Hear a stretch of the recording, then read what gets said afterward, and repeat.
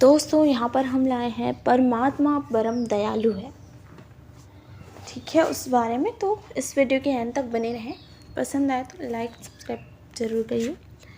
Start करते हैं। ईश्वर का दंड भी वर के सदृश होता है। ईश्वर के न्याय से फरियादी और आसामी दोनों का ही परिणाम में हित और उद्धार होता है। यही उसकी विशेषता है। परम दयालु परमात्मा के कानून के अनुसार जो अपराधी अपनी भूल को सच्चे दिल से स्वीकार करता हुआ भविष्य में फिर अपराध न करने की प्रतिज्ञा करता है और सच्चे हृदय से ईश्वर के शरण होकर सर्वस्व सहित अपने को उसके चरणों में अर्पण कर देता है एवं ईश्वर की कड़ी से कड़ी आज्ञा को, उसके भयानक से भयानक विधान को, उसके प्रत्येक न्याय को सनातन स्वीकार करता तथा उसे पुरस्कार समझता है। साथ ही अपने किए हुए अपराधों के लिए क्षमा नहीं चाहकर दंड ग्रहण करने में खुश होता है। ऐसे सरल भाव में सर्वस्व अर्पण करने वाले शरणागत भक्त को भगवान अपराधों से मुक्त करके उसे अभय कर देते हैं। ईश्वर की दया अपार है, परंतु जो जितनी मानता है उतनी ही दया सब उसको फलती है। इसलिए उस ईश्वर की जितनी अधिक से अधिक दया तुम अपने ऊपर समझ सको उतनी ही समझनी चाहिए। तुम्हारी कल्पना जितनी अधिक होगी तुम्हें उतना ही अधिक लाभ होगा।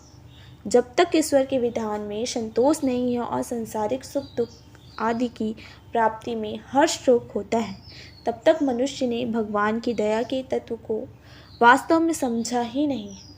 जब ईश्वर को कर्मों के अनुसार फल देने वाला, न्यायकारी, परम प्रेमी, परम हितैषी, परम दयालु और सुहृद समझ लिया जाएगा, तब उनके लिए किए हुए सभी विधान में आनंद का पार ना पाएगा, मतलब आनंद का पार ना रहेगा।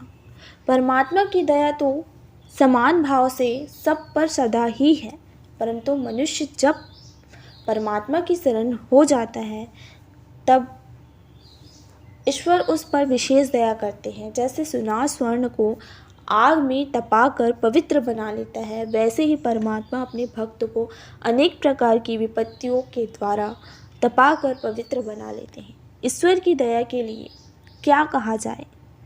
संपूर्ण जीवों के मस्तक पर उनका निरंतर हाथ है, परंतु अभागे जीव उस हाथ को हटाकर परे कर देते हैं। जब यह जीव कोई बुरा काम करने के लिए तैयार होता है तो प्रायः ही उसी के हृदय से आवाज़ आती है कि यह बुरा काम है। इस प्रकार की जो चेतावनी है, यह ईश्वर का मस्तक पर हाथ है। ईश्वर उसको समय पर चेता देते हैं। मालूम होता है मानव हृदय कोई पुरुष निषेध करता है कि यह काम बुरा है, परंतु काम या लोभ के वश होकर ईश्वर की आज्ञा की अवहेलना करके बुरे काम में प्रवृत्त हो ही जाती है। यही उस कृपा सिंधु की कृपा की अवहेलना करना है, अर्थात अपने मस्तक पर जो उनका हाथ है उसको परे हटाना है। परमात्मा का विश्वास ज्यों ज्यों बढ़ता जाएगा त्यों ही त्यों सारे दोष स्वयं नष्ट होते चले जाएंगे।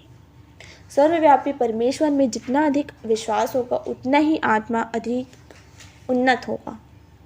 जैसे सूर्य के उदय होने के पूर्व उसके आभास से ही अंधकार मिट जाता है, वैसे ही परमात्मा की शरण ग्रहण करने से पहले ही उस पर विश्वास होते ही पाप नष्ट हो जाते हैं। सब समय सब जगह परमात्मा के स्थित होने का विश्वास हो जाने पर मनुष्य से कभी कहीं भी पाप नहीं हो सकते। अपनी कल्पना में ईश्वर को जो जैसा समझता हो उसे वैसे ही स्वरूप का या भाव का निरंतर चिंतन करना चाहिए। ईश्वर के संबंध में इतनी बातें अवश्य है ही दृढ़तापूर्वक हृदय में धारण कर लेनी चाहिए कि ईश्वर है, सर्वत्र है, सर्वंतर्यामी है, सर्वशक्तिमान है, सर्वव्यापी है, सर्वद्रव्य गुण संपन्न है, सर्वज्ञ है, सनातन है, नित्य है, परम प्रेमी है, परम सुहृद है, परम आत्मीय है और परम गुरु है। इन गुणों में उससे बढ़कर या उसकी जोड़ी का दूसरा जगत में न कोई हुआ, न है और न हो सकता। जय श्री राम।